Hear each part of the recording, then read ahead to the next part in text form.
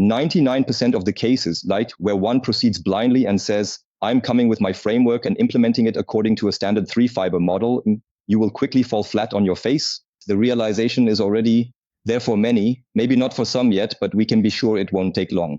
On the other hand, there are already many CISOs or people in similar roles who have the maturity to say, hey, I may be holistically responsible for the topic of cybersecurity, but that doesn't mean I'm the sole knowledge holder here. Then I ensure that there is essentially a counterpart, like a head of OT security, who brings the relevant knowledge and sensitivity to the topic, and then collaboratively shapes how to proceed together. I would absolutely support that. And I also understand everyone who says, hey, organizationally, when I look at the organizational chart, that's just how it is. There's the production and somewhere there's the IT in the finance area where somehow a target lies. All good, I understand that.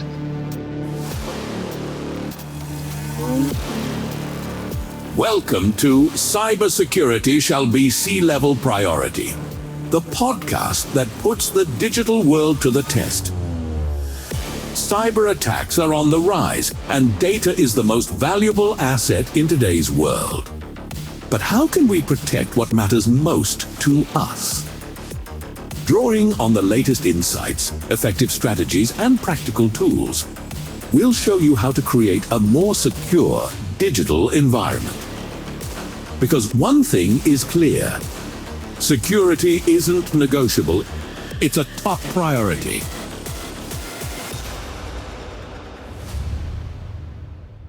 Hello, and welcome to a new episode of Cybersecurity Chefsache, the podcast. Today with Gökhan. Hi, Gökhan. Hi, good morning, Nico. Today we have an absolute premiere in this podcast. I've been doing this for 3 years now, and the community survey is super important to me because it really shows which topics are interesting to the community and what they are interested in. And today we have truly achieved something unique. We have a survey where for all 3 topics we selected, namely cyber resilience exercises, IT-OT convergence, and measurability of cybersecurity, each received 18 votes. Thus, for the first time in the history of the podcast, we actually have a tie with 3 topics. And we already discussed in the preliminary talk that we can combine 2 of those topics. We'll talk about that in more detail shortly, and we'll take another look at the third one. But before we start with that, tell us a little bit about yourself. Who are you? What do you do? Yes, very gladly. It would, of course, be interesting to know what this says about the topics, but let's assume it's equally exciting, and I like it that way. Yes, Nico, first of all, thank you for having me here today. I'm also happy to be able to introduce myself here now. Who am I? What do I do? First of all, about me personally, privately, I am Gökhan. I'm 41 years old from Frankfurt am Main, where I still live today and have spent my entire life so far. I am a father, have 2 boys aged 9 and 5. And yes, in principle, regarding my professional or educational career, I actually pursued my academic path in Frankfurt. So I studied computer science here at the Goethe University in Frankfurt from 2003 to 2009. And afterwards, because I enjoyed the scientific work on my diploma thesis so much, I thought to myself, come on, you don't want to leave the academic environment so quickly. That's why I actually decided to pursue a PhD, also at the Goethe University, but this time in the Department of Economics. Regarding the academic topics where I focused my studies, I can talk more about that in a moment. But yes, after I successfully completed my PhD in 2015, it was the point where I said, this is nice and all. I enjoy generating new knowledge and contributing to the field, but I'm missing the practical contribution. I want to really make an impact in practice. That's why I decided to continue in the business sector, so to speak. And yes, there, my first position after university was at Deutsche Bahn. Yes, the corporation essentially. There, initially in the corporate management, in the role, or rather in the team of the CISO for 3 years, and carried out typical governance activities, managed group-wide projects, and everything that comes with this governance role. And then actually I switched internally within the corporation to DB Systel, where I spent the last 6 years. And there I discovered the field of consulting for myself. And yes, there we built a consulting team together with other colleagues, because all the business units of Deutsche Bahn, whatever they are called, increasingly need support in this area. Exactly. That was my position before I came here to my current position at AONIC GmbH. This is a company in Darmstadt that, yes, was founded 12 or 13 years ago in the field, let's say, of software development, partly or initially very much focused on Microsoft cloud consulting services, and with a Microsoft partnership. Over the years, it has evolved towards developing more and more into a consulting company as well, because in the customer segments where we were active, especially very strongly in the industrial sector, various needs for, let's say, digitalization naturally arise. And that's exactly where AONIC positions itself, where I've now moved from the personal to the professional. But I want to briefly make a point here. At AONIC, various topics are offered around digitalization. And what's new is the topic of cybersecurity consulting, which I am allowed to help build here. That's it in brief, but we can talk a lot more about it in a moment, because that actually delves into the content. Yes, a common topic, or, well, a topic you've already mentioned, which we also included in the survey, is the topic of IT versus OT. It's also a topic for me, where I've been raising awareness for years, educating people on where the differences between IT and OT lie. And that's also a topic that always concerns you, because you also come from the railway world, which is also OT, and you have your experience with it. So, and that's why we thought we'd start with the topic of IT and OT. And then we actually want to move on to a topic close to our hearts, right? Because it was noticeable in the preliminary discussion that this is a topic that is very important to you, and which I also find totally fascinating. I believe it also includes some insights for some people, because you have specifically focused on this topic, namely cyber readiness, exercises, simulations. How can one do that, right? And that brings us back to a fascinating topic for me, which I always mention. We actually need, as everywhere else, a fire drill in the cyber area as well. I've been advocating for this for years. And back then you thought about it and said, okay, what can be done about it? As I said, we'll talk about it later. Let's first dive into the topic of IT-OT convergence, right?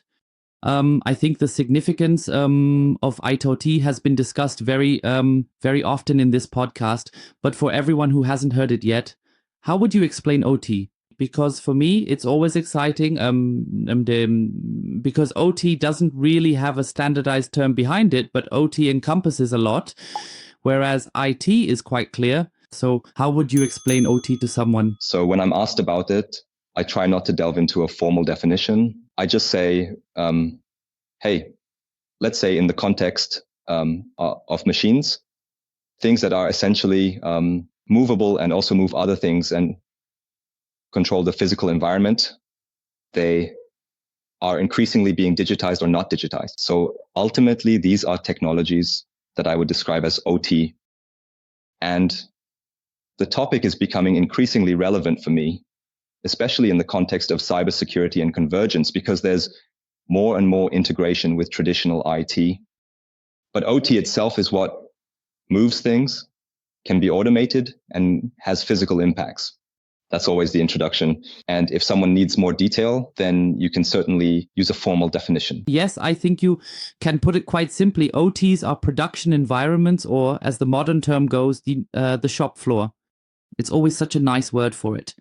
So everything you've already mentioned that is controllable, has measurement and control techniques, is process-based, often has proprietary protocols, and doesn't, let's say, operate on an IP stack, and so on and so forth. So, of course, you can go deep into the details. When we look at the topic of convergence, the question for me is, why is this topic increasingly and more frequently on everyone's lips? And I have to say clearly, it's because we naturally have the issue that we generally want to digitalize ourselves. And I'm not talking about broadband expansion. That's a completely different issue. I don't want to talk about that today, but we want to digitalize everything. And especially there are many advantages to digitalizing things, even in the OT area. I recently had a conversation about the topic of predictive maintenance. It's a great topic for both the manufacturer of a product, the supporter of a product, like a system integrator, and also for the person who buys the product to really gain advantages from it. Another point is, for example, when you're producing something, you always want to look at what can I optimize? What can I do better? Where might my problems be? So things like BI dashboards or generally any big data topics, you want to have those gradually as well. And that's the reason for me why you see this topic of convergence more and more, because there is a greater need for digitalization, especially in the OT area, to be able to visualize more in order to work more effectively with this team. And I also say for myself, I see OT, digitalization, as a business enabler. I can use it to create other businesses. The best example, predictive maintenance. I can sell a service and say, look, dear customer, for X euros a month, I will monitor your device and I can proactively tell you that it needs to be replaced, or before it breaks down, I can already inform you. So it has a win-win for both the manufacturer, the system integrator, and also for the one who bought the product. So I always say that this convergence leads to the ability to create new businesses. And thus, for me, the topic is also a business enabler. However, if we now look at the topic of security requirements, the issue of risk is particularly important, especially because we have different security requirements. And it's certainly a topic that should definitely be paid attention to. The term convergence ultimately means different things depending on the perspective from which you view it. And I would like to share a bit from my personal journey because it reflects how some people, including myself, experience this convergence. Others come from a different direction. That means you are now coming together.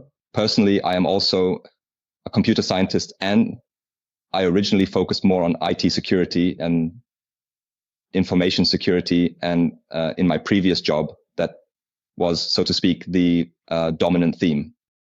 And then, of course, there comes a point where you realize that all these things you mentioned, whether it's because you see new use cases, become more productive, save costs, or perhaps try out new things, it happens that the worlds have to come together technologically. What I personally find very exciting is this journey on the human level. People from different areas really come together there. That means IT-OT convergence is also a convergence between people themselves. And I see a major focus there as well because, as I said, now I come to my personal journey. I also had to first understand what this OT and OT security is and why it should be different. At first, you have a position on it. And a few years ago, I was quite naive in research. Let's say, well, ultimately, it's all somehow digital and programmable. It can't be that different. And then you go through the journey. The more you talk to people who come from the OT, from the production side, you start to understand where the differences lie. And these differences are not necessarily in implementing cybersecurity completely differently. For example, cybersecurity, but rather there are differences at the detail level. How do I implement concepts? How do I need to prioritize things? Where are the dangers or negative impacts that ultimately affect my prioritization? So these are things you learn by talking to the people who deal with it daily or are responsible for this business. And that's why, for me personally, the journey was from, yes, where should the differences be, to, okay, now I understand that the differences lie on a completely different level than I originally thought. So you have to look more closely. And you only learn all of this by talking to these people, coming together, and also in the implementation. So it's not just about understanding the technologies, but also in the implementation. being in constant dialogue. And that's why I see IT-OT convergence as a very human-driven topic. The technologies, of course, they play a role, that's clear. Ultimately, it's about the technology, but I see a very strong focus and also a need, a lever for effectiveness. You're touching on a topic close to my heart, because that's also what I always see. Before we talk about tools or anything with IT and OT, we should first work towards an understanding. Back then, I gave courses at VDMA about what an IT person can learn from an OT person and what an OT person can learn from an IT person. Because I always noticed that when we talk to each other, in the end, we had the same goal. We want to protect the company from harm. We want to grow together with the company. We all want to keep our jobs and be able to work with it. However, the OT person has a completely different perspective on the topic, and the IT person also has a completely different perspective on the topic. And that's why it often happens in companies like that the OT person says, leave me alone with IT, and the IT person says, leave me alone with OT. So that's a bit like the chicken and egg problem, But if you get the people to sit down together, also with management, or say, look, you take this path and you take that path. Both paths are not wrong. Both paths are completely correct, depending on the situation from the IT and OT perspective. But you can learn this from IT and you can learn that from OT. I'll give you a simple example. We all know this, and feel free to comment if you see it differently, that in the OT area, visibility and documentation are not really the strong points, right? We usually have documentation of the equipment, right, because it comes from the manufacturer. It's all already there. But when we look at the big picture, how your OT looks, with which systems it still communicates and so on, yes, I would rather say it's quite lacking. In IT, we don't even need to discuss it. We have tools, we have systems, we have network plans and so on and so forth. That means there we have a completely different level of visibility compared to OT. That means here you can already look at what can be adopted from IT. How do you deal with it and what the possibilities are there, right? And these are the small details where I say before we talk about technology, we first need to get people on board with the topic of convergence. And that's why I find it exciting that you just described your journey, but because that's also the journey I take with the customer. I don't start by talking about technology, but rather I first sit down together with them to see how we can ensure that they speak on the same level, that both speak German and not one speaks German and the other speaks English. You just mentioned it, this topic of knowledge, exchange, convergence. These are indeed the major levers. We notice this in various projects here, where there's something to do in the context of IT-OT convergence. We are very active in all areas related to this convergence. Yes, whether it's naturally the project management, which of course has to ensure that the right people come together. That's quite clear. But also seeing something like IT-OT convergence as a major change within a company and accompanying it somewhat professionally with change management, engaging people from the start and essentially rallying them for this journey in that sense, but also showing the added value for each individual and not reaching the point where we say, so we now have a finished concept. And by the way, dear technical plant technician, this now means for you that you have to do something with your component every, 10 minutes and check it or whatever, right? Right. That you involve people from the very beginning and also try to describe and understand the value contributions of each individual.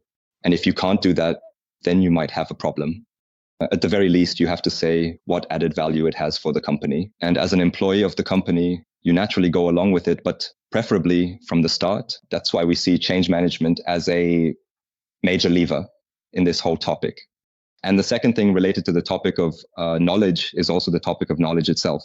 Yes, how do I document all this knowledge, right? Of course, you can sit together and exchange ideas, but that doesn't scale indefinitely. That means you also have to create some ways to document the knowledge as efficiently as possible or make it accessible for those who need to find and consume it.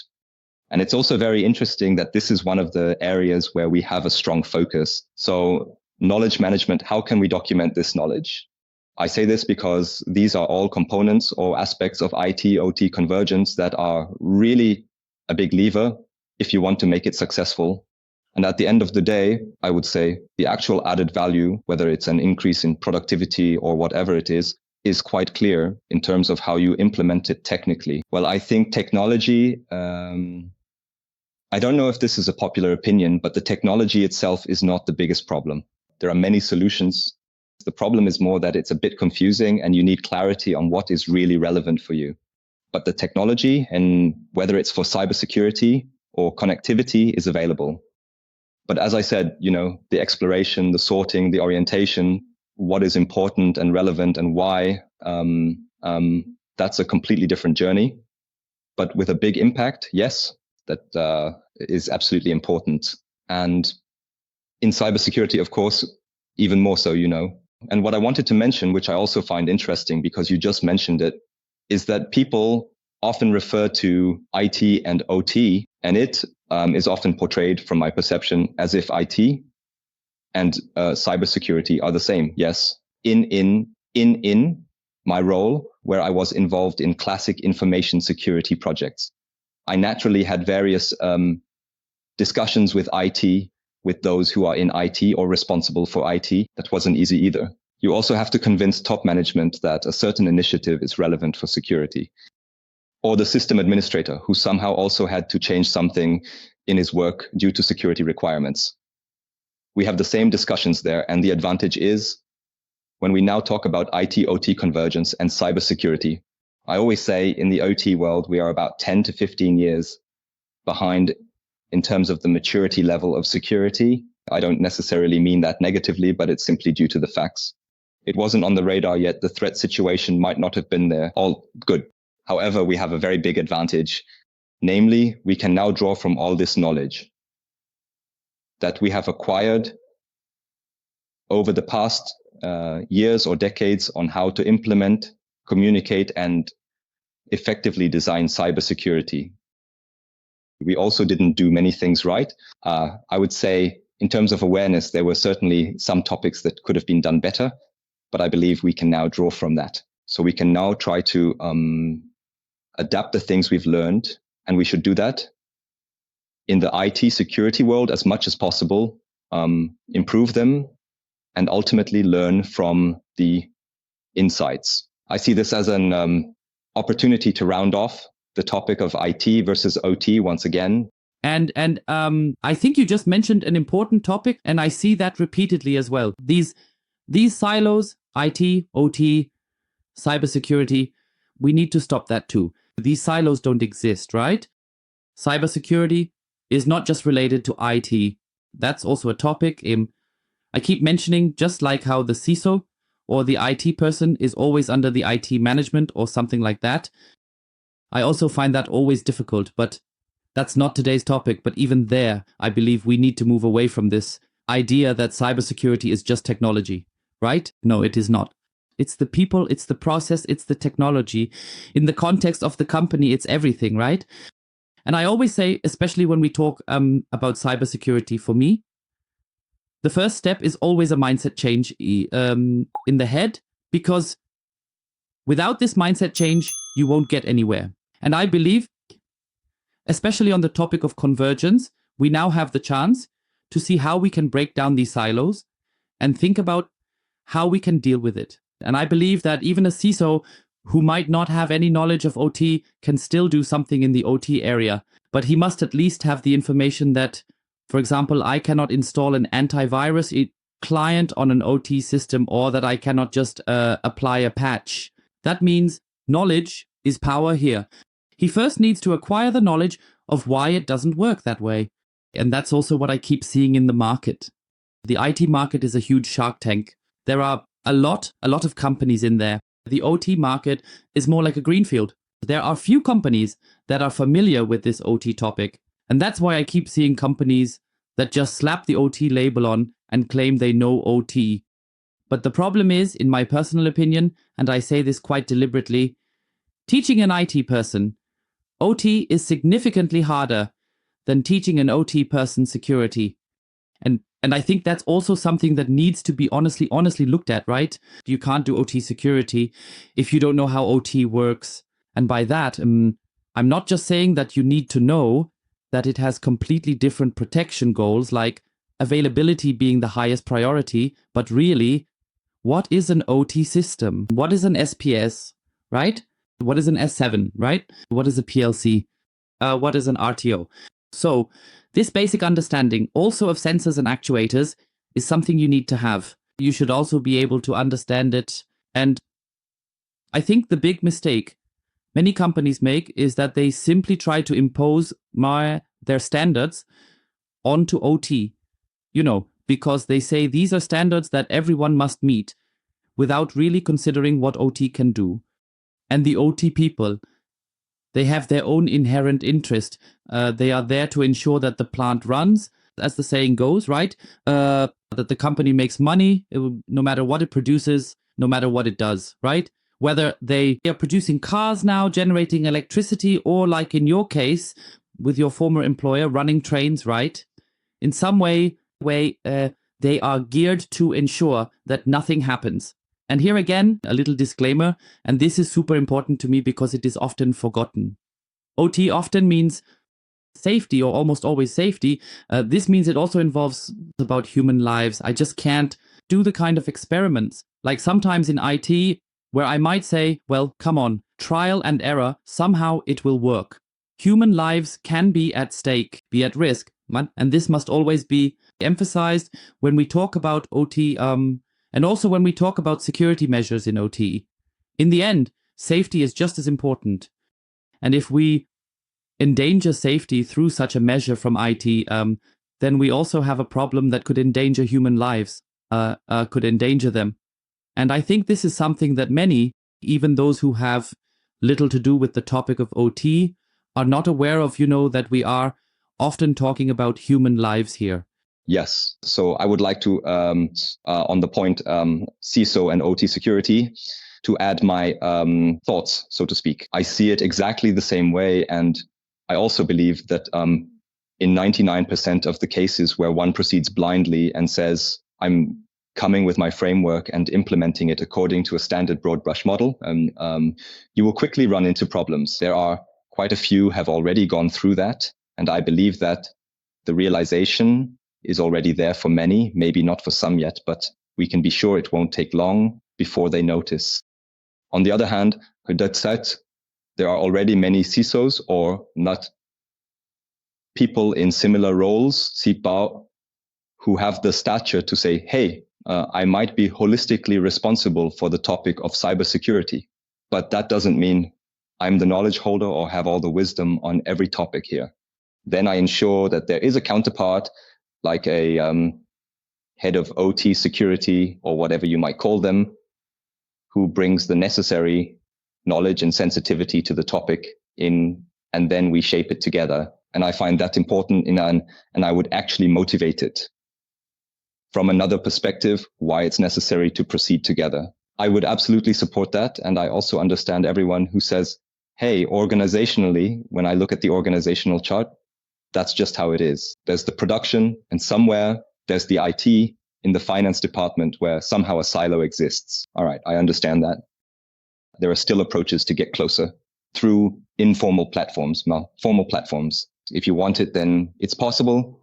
So, and now comes the perspective that I always want to share with everyone. At the end of the day, on the other side, who are we dealing with? The threat actors who attack our systems. I always say they don't care about any organizational boundaries.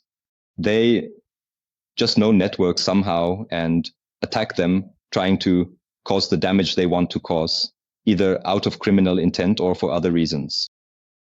And maybe it's even the case that convergence is lived very pragmatically there. If you look at the recent reports on OT threats, I find it very fascinating, how a division of tasks already works there. There are groups that specialize in ensuring initial access to OT infrastructures via IT, remote access, whatever it may be. And then there is a transition point to the second group, which focuses on attacking the OT systems and industrial protocols And it is lived very pragmatically there, and that is a speed. Ideally, we should keep up and think from this unified threat perspective, because for a company that produces any goods or values, there is some kind of value contribution. And from there, you have to look, what are our threats? Where is the focus?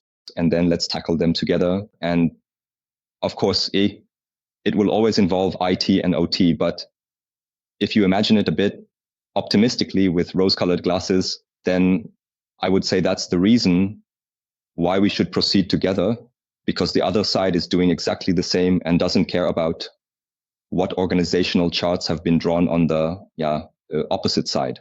Yes, and I think what one must or should also see is that this distribution of roles, which you just mentioned, I've been saying this for ages, a CISO doesn't have to be the technician, but rather they need to know where they have their positions in the company, who they can talk to, name who has the knowledge, and also take on a bit of this coordination and ultimately work together with the people. And there, I see many opportunities to also work together with OT because they always have the knowledge.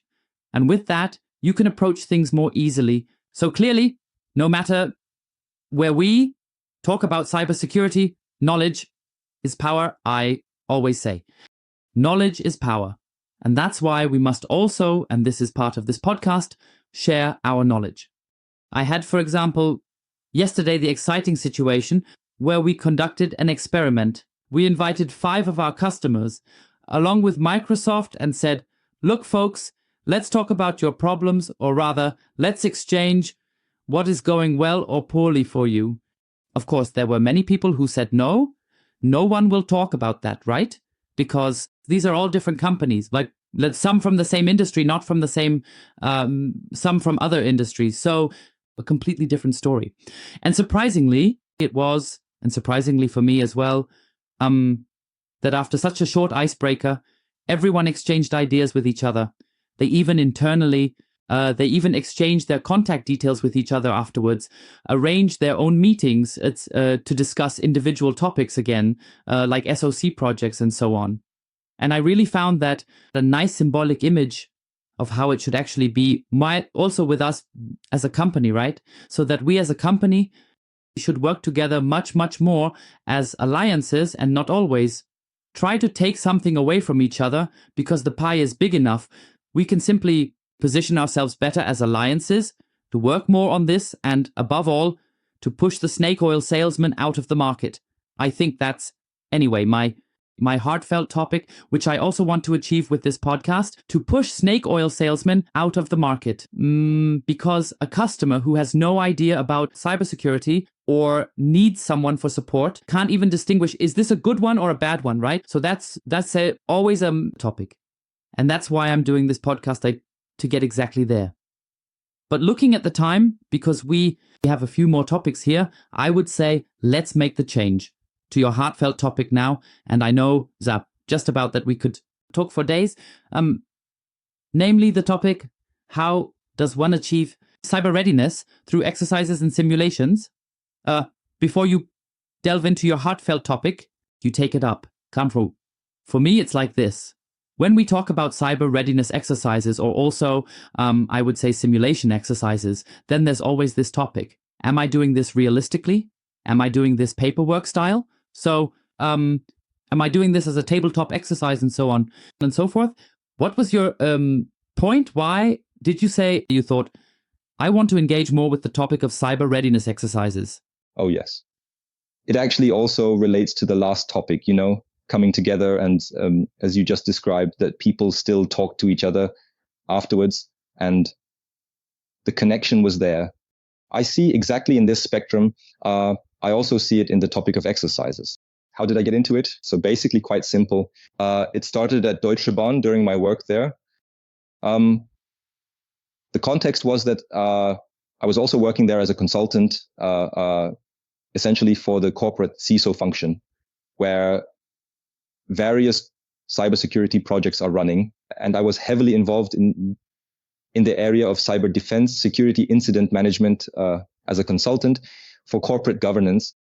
And then, so at some point, the client asked, like, hey, Gökhan, we have planned for all business units to test the security incident management process that they are now rolling out. Yes, somehow we wrote that in there, that it belongs to maturity level X. And how could we do that? And interestingly, at that time, as part of our portfolio development, we had already considered the topic of security incident management plus exercises or formats on how to train it. And then a very interesting opportunity arose to develop it in that context.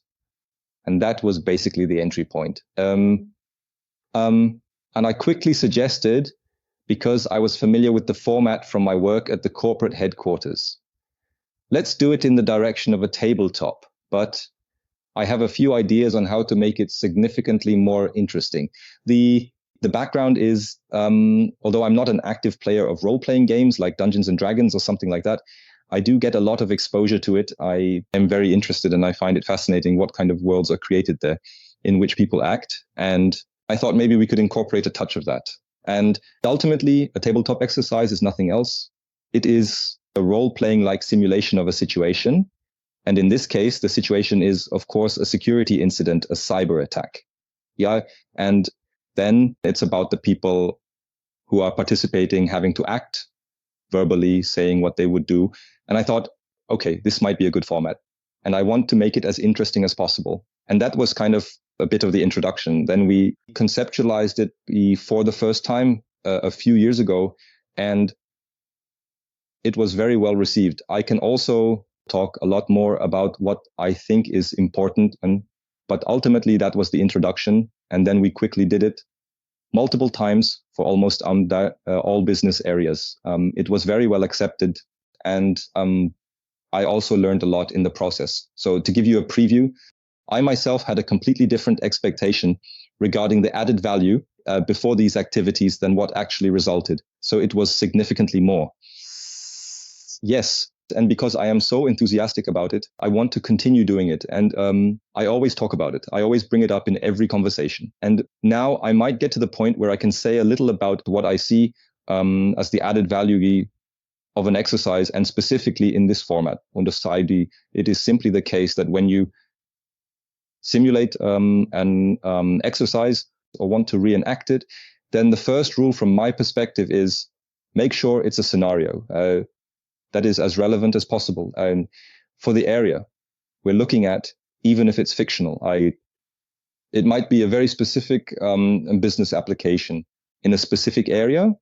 And then you invite the people who work on this application accordingly, such as a technical operations manager, a sysadmin, a functional operations manager, the application manager, a security manager, and so on. So you try to bring together people who you know would need to interact with each other in the event of an incident. Plus, you also have the topic of CSIRT and possibly a data protection officer. There are, of course, countless people you can involve, depending on the scenario and scope. So this means the scenario must be as relevant as possible, related to a very specific infrastructure. And you also have to ensure that the scenario, as you have thought it through, is plausible.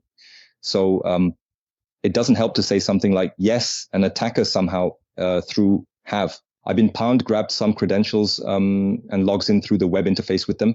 Well, then the technical operations say, sorry, we have multi-factor authentication. That wouldn't work at all. And then you lose participants right from the start. This means you have to ensure that it is as realistic and plausible as possible, and could also work with, of course, the necessary room for creativity. That must also be there. Yeah? So the next thing is the process. You can also, put differently, one must use such an exercise as an opportunity for the people who, in everyday life, that must technical operations management, but the data protection officer does not necessarily interact daily with the technical operations management or the application manager, let alone with the CSR. This means you must use such an exercise and can also use it to ensure that these people have appropriate interactions in situations. Simulate. When it comes to decision making, for example, when it involves taking systems offline, whatever the case may be, then very interesting discussions take place. And The moderator of such an exercise should also ensure that exactly these situations occur where these interactions occur, and then just let people do their thing. Because if you are able to achieve this level of realism, then a certain momentum develops. Then it is sometimes the case that people really find themselves deeply engaged in the scenario, and then truly interesting interactions take place. And that's exactly what it's about. That these interactions are practiced, that you also see, that you can call a CSART. If you have a concern and it's about an incident, that you don't have to be afraid to make contact. In all these are things that I've consistently received as feedback afterward, that it helped to break down barriers, like the saying goes, quote, I didn't even know that you could just call the CSIRT, or a situation where someone from OT then spoke with someone from the CISO organization. I didn't even know what value they offer. Now I understand what value they provide.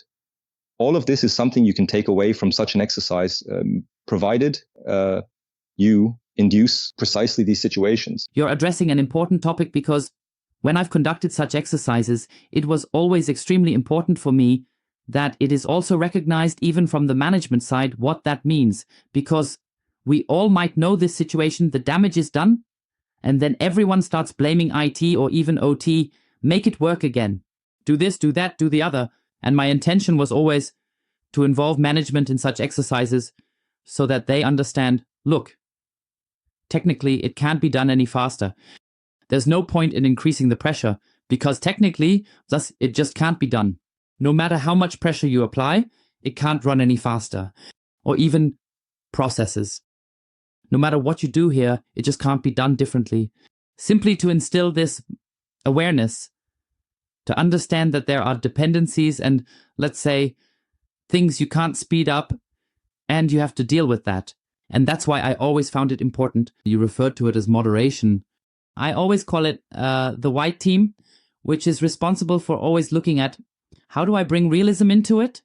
And especially with these tabletop and, let's say, pen and paper exercises, I find it always super difficult, and you can share your opinion on this, to really bring realism into it, because the point is, what we must not forget, if this really happens, then you have a crucial factor that you don't really know with pen and paper, even if you know it, namely the issue. You are under pressure. You are stressed. You don't even know where your head is at, because you fall into this so-called headless chicken mode. So you're in this headless chicken mode and you don't really know, what am I supposed to do now, and how do I handle this? And I find it difficult to incorporate that into a pen and paper scenario. How do you see it from your experience? Do you think it's possible? That's a very good point. And you have to be quite realistic about it first. An exercise can never replace the real thing. But on the other hand, you don't want to wait for the real thing to practice your processes. So you have to see what is the best way also to prepare yourself. And now I come to the answer. Yes, it is possible. From my experience, to be as realistic as possible, or to create a sense of reality. And that really depends very much on the scenario, how you involve people, how you guide them, and also let them act. And in fact, in the very first exercise I conducted back then in that context, I experienced situations. It was a classic ransomware case. And it was about the topic of backup and restoration. Everything is fine. We have backups and can restore them. And there was a very interesting discussion where it was realized, the backup is encrypted and the key we need for it is also on the server affected by the ransomware. And there was such an interesting dialogue where I stepped back and the people interacted with each other because they took the issue seriously. And that is one important lever. So you can use certain tricks and the way you guide through such an exercise and engage people, saying, hey, the goal of this exercise is not to test you, but to strengthen us collectively. And if you manage to put people in this role from the beginning, okay, I have a contribution to make here. I understand what my contribution is. Thus, then they are also willing to engage and let things run through their minds as realistically as possible. And then these dialogues emerge as they would in reality. And then in this situation that I just described, where there was a dialogue between the application manager and the technical admin and so on, there was a brief moment of silence where it was said, or shortly before, okay, now please press the button to introduce backup or whatever. And then there was a brief silence. And then I intervened and said, okay, dear admin, please do not actually press the button now. This is still an exercise. I said that at the moment because I really had the impression that the people were truly engaged. They were in the scenario as if it was so immersive. The whole thing is playing out in their heads because they also feel it's important for us to think this through now. And then you can simulate this realism as closely as possible. Of course, you can't replicate the stress factor one-to-one. You can, of course, increase the stress level by adding more scenarios and injects, so to speak. But even there are limits, and you have to be careful. What's important, the crucial thing is to rally people around the idea that this is about the collective strengthening of cyber readiness, to make them understand what role they play in it and that they can contribute to it. And if you manage to engage people, then it can work. Then you really have an enormous amount of added value. You don't need to replicate these stressful situations one-to-one. You can't do that with just one exercise, but you can see certain processes and decisions or things that didn't work. And now I come to this exact example. It was discovered that the key needed to restore everything is also encrypted. What do we do now? Luckily, it was an exercise. Where we noticed this. I believe one of the measures that was quickly implemented afterward was to ensure that this key is secured differently or separately and is redundant. And we had many similar cases during exercises because I always ensure in the exercises I moderate that if someone claims, for example, the backup was just an example, or someone says, I would now open my ticketing tool to classify this incident. I have a few questions there that I can answer. Then I always say, show us live how that works. Are you really able to respond to that? Not because we want to test you, but we want to see if this process works. And then you always have to make sure specifically that you actively integrate the tools available and ensure they function. It's pen and paper, but I've relaxed the boundaries a bit in the exercises I do. And I keep saying, show us that live, let's play it through. Similarly with the point, you have a group of participants that you need to define in advance, at least, and it shouldn't be too large. But in a real incident, our case, it will certainly happen that you need to involve some additional functions, roles, or whatever. Now you have two options in the exercise. You can simulate it, say, okay, unfortunately, we don't have anyone from corporate security here right now to handle building access issues, but I can simulate that as the moderator or someone else can simulate it. And maybe it's not that important to have exact information. You can do it that way. A second way, which is also very effective and helps with realism, is to say, then let's just call the person right now. Let's take the data protection officer as an example. Then we say, okay, who would you call? Through which means? A phone number? Then show me. Where do you have the number? Is it accessible? Or through Teams, whatever the case. Then we first ensure that the number or contact is known and accessible. And the second thing is we call the person live. And ideally, the person answers, and we clearly state at the beginning that, and this is just an exercise. Everything we say is not real, but we have the following situation. Dear data protection officer, what would you recommend here now? What do we need to do from a data protection perspective? And then in such a small interaction of 2, 3, or 5 minutes, you can at least test this interface and add a bit more realism. What I ultimately want to say is that tabletop exercises, yes, they all sound like pen and paper, but with the right tricks, you can really get a lot out of them. Now I'm coming back to the topic of added value, and you've already mentioned it. Besides the practice itself and strengthening the processes, perhaps discovering some optimization potentials. A very significant added value is that people come together who don't interact with each other in everyday life. And precisely in the context of IT/OT convergence, now I'm returning to the original topic, and this is an incredible added value. I have conducted exercises involving OT scenarios where OT people, production managers, and plant technicians came together with people from the CISO department and IT. And this simply built trust. It broke down barriers, showing people the added value that each side offers and how the people think. And ultimately, it is also an incredibly effective measure for awareness, trust, and security culture within a company. And that's why I'm so enthusiastic about it, because I originally thought, well, you just practice a bit on how to respond. No, it is really much more than that. If we come back to the topic, I absolutely agree with your approach. And as I said, for me, there should actually be a mandate from, let's say, the legislator or the regulator to conduct cybersecurity exercises every year, just like a fire drill, because for me, the topic is just as important as a fire drill. But now, looking at it, when you've done such a readiness training, what was usually the lessons learned from it? Because what I've always found is that the topic of role distribution and communication is a very significant lesson learned to see how to handle it. But the other question that always arises for me is, how often should one conduct such an exercise? What is your recommendation for that? Should it be done once a year, twice a year? What do you think is sensible?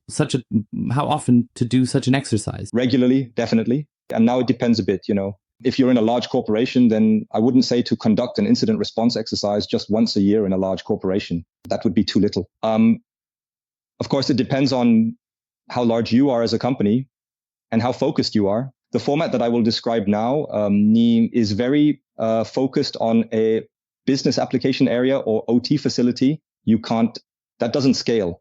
You don't involve the entire company with that. That's why I would say yes, once a year, maybe per business unit or however you see fit. And for smaller companies, medium-sized companies, yes, at least once a year as well. I think that would be a good start, because we're far from that. Theoretically, twice a year would be better, and 3 times a year would be even better. But first, you have to somehow make a start. And I would advise everyone to think about it. Do a first exercise and see if it brings you any value, if you see it the same way I do, or as it's often described. And then there should be a certain regularity to it, right?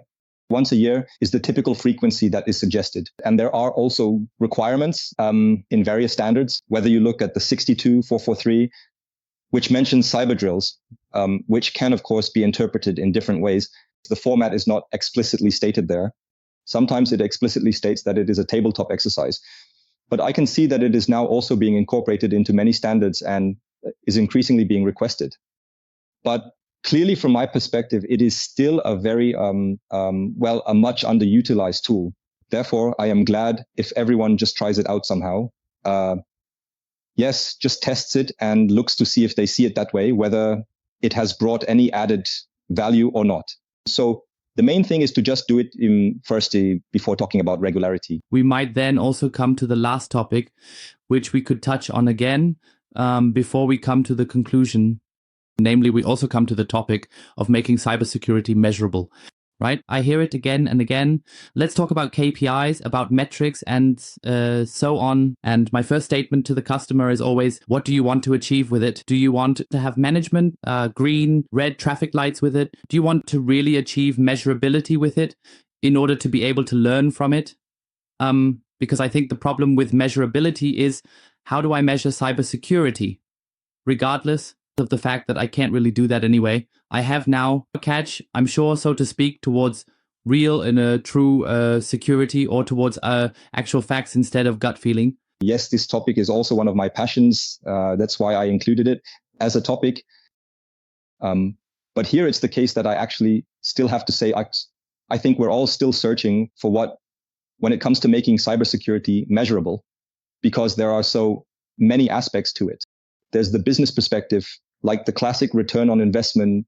When someone asks, what is the return on investment if I implement cybersecurity now? That's a completely different discussion than saying, what is my maturity level? Maybe we should start with that. Return on investment for security is difficult. As of first, you have to clearly define what security is for. Generally, it's to prevent or minimize damage. This means you don't have an explicit, let's say, value contribution that produces something additional. But if you do your job right, nothing happens. So the value contribution you first need to understand is primarily damage minimization. And I wouldn't actually go through return and investment models, but rather say, hey, okay, maybe let's take a look at what typical cyber attacks and ransomware, I believe, now offers a lot of interesting metrics, at least in terms of the damage and the duration, let's say, until operations are restored. There, you might already be able to make some business calculations, theoretically, on average or in the median, this much damage from ransomware. And what do my measures cost to protect myself against it? You can do that too, although you have to say that there isn't just one measure against ransomware where you either implement a technology or establish a process. Ransomware itself is not an attack technique, but something that can come through many avenues, and you have to practice classic cyber hygiene. So in the end, you have to base the calculation entirely on your cybersecurity measures. So this is the whole area. Yeah. How can I make cybersecurity economically measurable and determine whether it's worth investing in or not, right? I believe that is still evolving. There are many developments, and you just have to keep an eye on them. Nevertheless, if you want to move away from trying to express it in numbers initially, because you first want to understand what the value contribution is, what I observe more frequently now, and I believe much more strongly in the OT context, because there are completely different challenges in terms of resources and budget. What are the value contributions aside from that? Sure, I have a measure now, asset management, and then I have visibility for cybersecurity. But are there perhaps other value contributions that this measure provides, which are not related to cybersecurity? Does this visibility also bring increased productivity? Does it help my employees at the facilities in any way? That means working out added values. This is not immediately about measurability, but it is related to value contribution. And I think I see a very big area here where we can, I believe, make a significant impact. And we should do that because we also say the human factor is important, and value contribution for each individual, for the business, for production, for the employees. This needs to be developed. And I believe there is quite a bit happening right now. And I actually think that the OT security angle or perspective brings a fresh breeze and is also very interesting in this regard. Let's summarize at the end.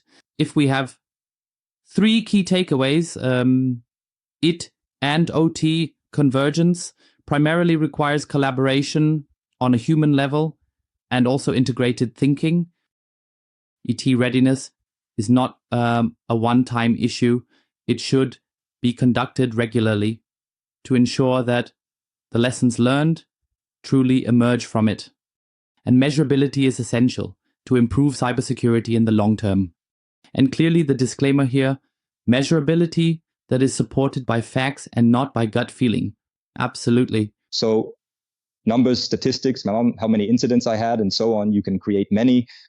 But in the end, measure the effectiveness. And maybe one last sentence on the topic. This includes things like exercises, but also pen tests, red team analyses, because there I really test the effectiveness of the measures. There must also be a clear focus on really looking at how effective my measures truly are, aside from maturity models and so on. That's why I am a strong advocate of this perspective, so to speak. I was pleased, Gökhan, that you took the time. We really managed to cover these 3 topics well. And with that, I would say that's it for this episode of Cybersecurity Chefsache. We'll hear and see each other next time. Until then, goodbye. Thank you very much, Nico, for having me.